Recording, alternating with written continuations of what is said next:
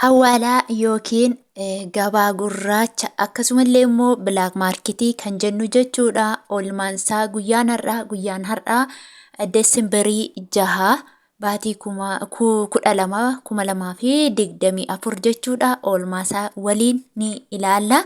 Egaa akkuma beekamu guyyaa har'aa immoo karaa gabaa gurraachaatiin biyyoota 20 karaa baankiitiin immoo biyyoota 4 isinii fideen dhufee jira. Egaa biyyootan kana yeroo walumaan ilaallu hordoftootaa fi jaallatamtoota kabajamtoota maamiloota kiyya bakka adda addaa teessanii kan na daawwachaa jirtan nagaan lafaaf bakka jirtanitti isiniif baay'atu isiniin jechuun jaalladha. Egaa kanatti aansuudhaan waa'ee sharafaa irraa yeroon isinii himu jechuudha. Biyyi 4 karaa baankiitiin hanan isinii fide inni kaan karaa gabaa gurraachaatiin. Egaa warri maatii naa hin taane maatii koof har'a reefu gara maatii koo taatan uftani jechuudha. Laayik gochuun maatii koo ta'a, maatii kootti dabalamaa, sabskraabii oliirra godhadhaa yeroo hundumaa viidiyoo ani lakkisu akka isin bira ga'uuf jechuudha. Akka obboloowwan keessan itti fayyadamanii isaan bira ga'utti immoo laayikii godhaa jechuudha. Laayikiin namoota bira viidiyoon akka ga'u taasisa jechuudha. Anaaf immoo akkasuma jajjabina naa ta'a jechuudha. Egaa kanatti aansuun Ameerikaa doolaarirraan isinii ka'a jechuudha.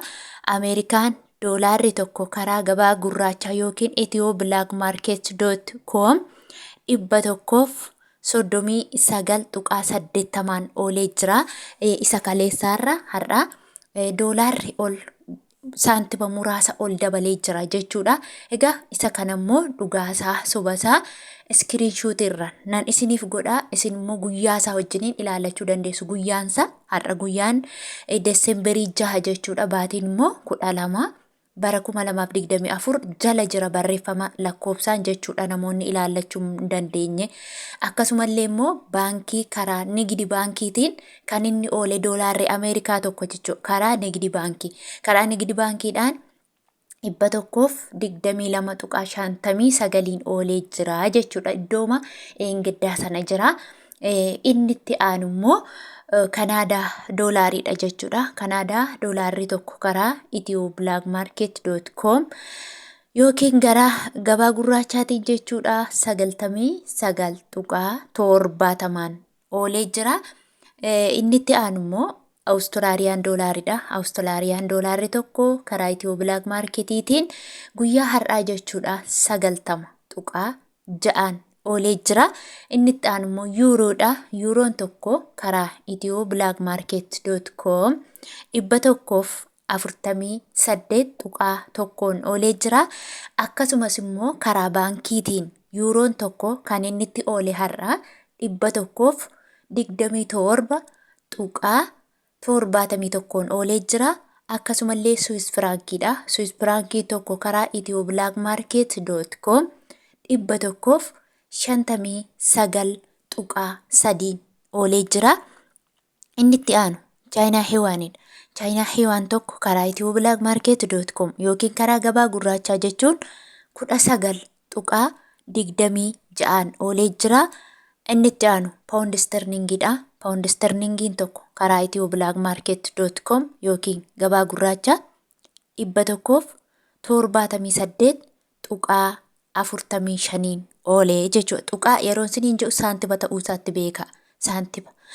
Akkasumallee inni itti aanu Swiidin kiroonidha. Swiidin kiroon tokko karaa ethioblakmarket.com 12.87 oolee jira.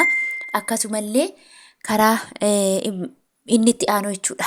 Mootii birrii Kuwait ishee guddittiin jechuudha. Kuwait diinaarri tokko karaa ethioblakmarket yookiin gabaa gurraachaatiin 454.68 oolee jira. Inni itti aanu Dubaay diraamidha. Dubaay diraamni tokko karaa ethioblakmarket.com 38.6 oolee jira. Egaa dhugaa soba ta'uusaa iskiriinshuutirra nan isinii godhaa. Guyyaasaa waliin Desembariin 6 ta'uusaa, baatiin 12 ta'uusaa, akkasumas 2024 ta'uusaa cheekii godhaa irraa ilaalladha. Akkasumas immoo karaa baankiitiin Dubaay diraamni tokko 33.38 oolee jira jechuudha. Akkasuma ijoollee baay'een karaa iskiriinshuutii hunda isaarra nuu godhii jettan. Amma iskiriinshuutiin 20 iskiriinshuut guyyaa takkatti viidiyoo tokko keessatti iskiriinshuutii 20 yoon godhee baay'ee tokko bilbila kiyya guuchisa. Guyyaa guyyaan viidiyoon ejjadha. Iskiriinshuut godheen viidiyoolee hunda kanarra yoon isinii kaa'e baay'ee tokko ulfaata jechuudha. Tokkoffaa waliin nama dhaha. Iskiriinshuut godhee bilbila keessaa suura yeroon irra gochuu haqu. Dubaay irra yoon gochuu haqe Saawudiin irra go'a. Saawudii irra yoon gochuu haqe immoo Kuweet irraan godha jechuudha. Tokko waliin nama dhaha. Lammata immoo bilbilli gaafa guute viidiyoo tokko hojjechuu nama rakkisaa jechuudha. Kanaaf malee irra gochuu nan danda'a. Akkasumas immoo namoonni irra caalaa persentii viidiyoo yeroon hojjedhu namoonni baay'inaan kan isaan ilaalan tokkoffaan Saawudiidha. Lammaffaan Dubaayiidha.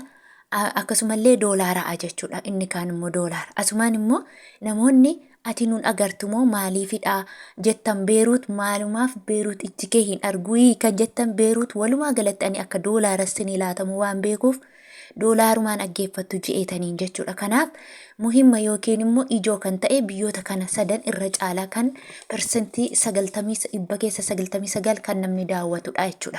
Persentiin iskeelii ittiin taa'u biyya kamtu irra ilaalama kan jiru waan asirra jiruuf ilaaleetaniini jechuudha. Jechuun iskiriinshuutiin immoo xiqqoo waanuma sin gammachiisuuf jedheen akka gammaddaniif malee dirqamallee hin qabu jechuudha. Akkasumallee inni itti aanu immoo Saawudii Arabiyaa Riyaaliidha jechuudha. Saawudii Arabiyaa Riyaalli tokko karaa itiyooblaakmaarket.com guyyaa har'aa jechuudha 37.25 oolee jira. Isas iskiriinshuutii irraan isinii kaaha. Akkasumallee Saawudii Arabiyaa karaa baankiitiin immoo 32.36 oolee jira. Egaa warri Saawudii Arabiyaa karaa gabaa gurraachaatiin akka siistema warri daldalaa keessan isinii erganiin yeroo isinii himu immoo namoonni birriin keessan baay'ee ta'ee guyyaa har'a 29.50 yookiin 29f adii jechuudha. Yeroo isiniin jedhu birriin keessan warri birrii baay'ee qabdan 5,000, 6,000 hanga 4,000 warri qabdan jechuudha. Birrii qabdan sana 1,000 baay'istu. Fakkeenya 4,000 yoo qabaatte 4,000 baay'isuu 1,000 hiruu 29.50 irtee argatta jechuudha. Warri birriin keessan 2,000 gadii hanga 500 ta'e immoo 30 firtu jechuudha. 30 yeroo isiniin jedhu isinis fakkeenya yoo 500 qabaatte 500 baay'isuu 1,000 hiruu 30 jettee argatta. Kaalkuleeta jala geessanii yeroo akka ani amma isiniin jee yeroo waan baay'istanii hirtan sirriitti argattu jee nam tokko too isin hin dagin nam tokko isinii dogoggorsuu hin danda'u ni argattu. Yeroo hundumaa maaf immoo irra deebita takkaanuu galeeraa yeroo hundumaa warri jettan immoo viidiyoo guyyaa guyyaan namoota haaraa waan dhufaniifan itti himaa jechuudha. Inni itti aanu immoo Omaan Riyaalli tokko karaa itiyooblaakmaarket.com